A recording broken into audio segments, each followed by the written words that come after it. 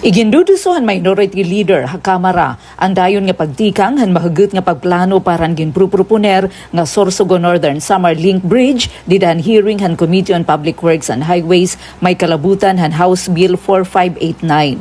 Han nasabi nga hearing gintagan doon ni House Minority Leader ngan 4-piece party list Representative Marcelino Nonoy Libanan nga ang proyekto diri ila ordinaryo nga infrastruktura kundi usa nga panmaihaan nga solusyon base mapakisig ang konektibidad han Luzon ngan Eastern Visayas. Sumalaha iya ang kalampusan han sugad kadakeh nga proyekto nagtitikang ha maupay ngan komprehensibo nga pagplano.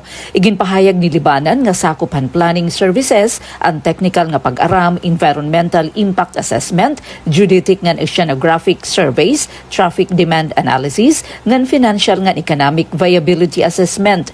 Iya pagindugunan nga kunwaray marig-un nga feasibility study diri masisiguro ang husto nga paghamitan pondo ngan an panmaihaan nga kamarig-un han tulay.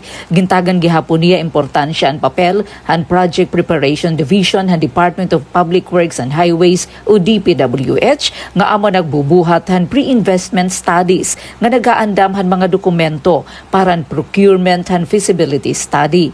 Sumalahaiya diri dapat madilatar ang proyekto tungod han teknikalidad o kakulangan ha koordinasyon kundi kinahanglan ibase iniha datos ngan sayantipiko nga pag-analisar.